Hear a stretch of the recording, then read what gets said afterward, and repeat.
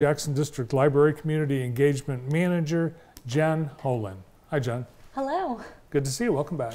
Thank you. Thanks for having me back. Yeah. So today, it's a big day at the library because you announced a reopening. Yes, our Eastern branch is at long last reopened. So as of 9 a.m. this morning, you can go back in there and check out all the renovation work.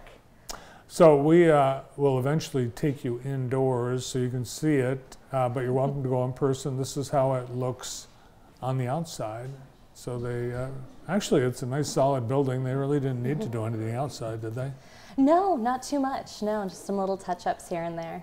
So check it out. Jen will be going over there this afternoon to see it in person, and JTV will be taking you there as well. And it's kind of the strategy of the library. You're making improvements branch by branch. Yeah. So far I've gotten a good few down. Spring Arbor, I think, was one of the last to get the full treatment, and now Eastern. So yeah, very exciting. Yeah, you guys have done a great job. They so far, Spring Arbor, Brooklyn, they're bigger, they're brighter. Yes. So and for the community engagement manager, they're more engaging. Yes, they are. Yes, very helpful. Well, today we invited you to be here to talk about the upcoming annual event, Jackson Storyfest. Yes, we are very excited. We're in the 36th year of Wow. Storyfest this year. Yeah. Man, how old were you when the Storyfest started? I wasn't born yet, but Yeah. excited to be part of it now. Well, I remember when it started, and it is unbelievable.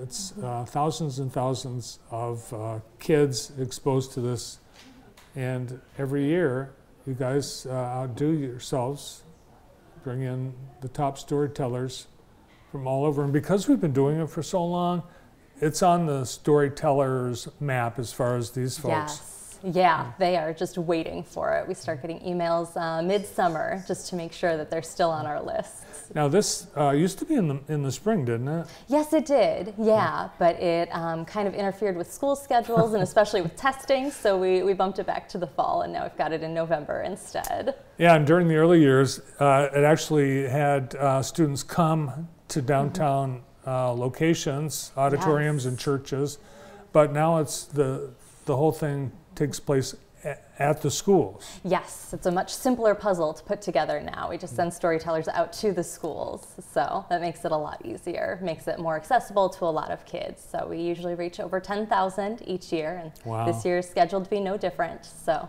it's really exciting. So there are a couple of public community events. Yes. So first, we're starting things off with Silver Tales at Vista Grand Villa. That'll be on Wednesday, November 1st at 11 a.m. We've got San and Emily, and San is actually from Gemini, and now he performs with his daughter when he's not performing with his brother. So that's who Emily is. So they've got their music and their stories. And that's mostly for our seniors and our care communities, but it is open to the public, and we welcome all ages to that performance. So everybody come on down. And like everything, it's free.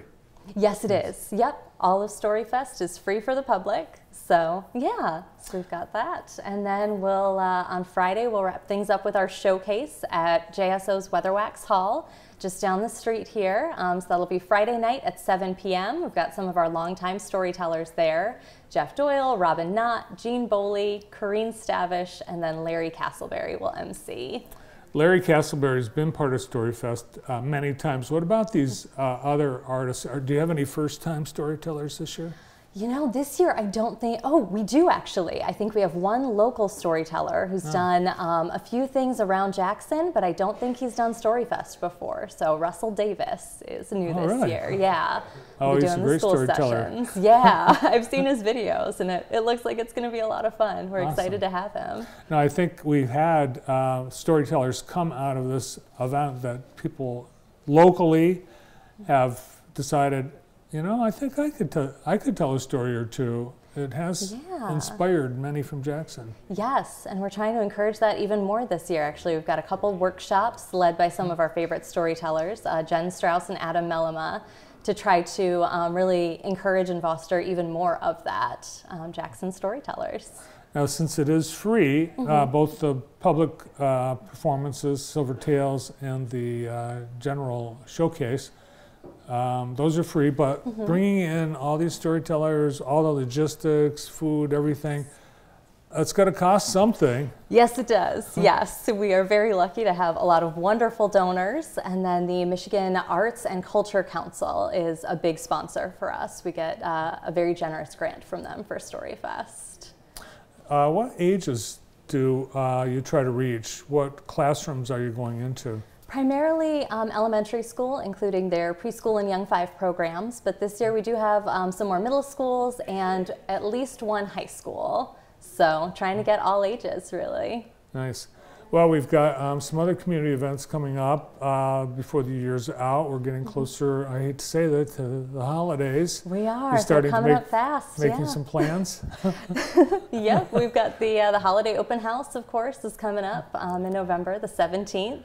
So that should be a good time at Carnegie. Yeah, lots of great events before the year's up. One of your friends, your volunteers, Carol Briggs, was really disappointed that it was too cold and windy last year for her to cook hot dogs outside on the front lawn. That's right. I keep hearing about these hot dogs, and I missed them last year, so that explains it. Hopefully we can have those back this year. Yeah, Carol has a hot dog hat and everything, and that's, I think it's the highlight every year. Yeah. So whatever it takes, make sure that Carol can fire up the hot dog grill. See what I can do, yeah. Do you need any volunteers, any other help for Storyfest? You know, we're always looking for volunteers. Yeah, always feel free to reach out, but it does take a lot of hands to get Storyfest up and running. Yeah. So, yeah. All right, well, thanks to the library and everyone on the Storyfest team for carrying on this great tradition.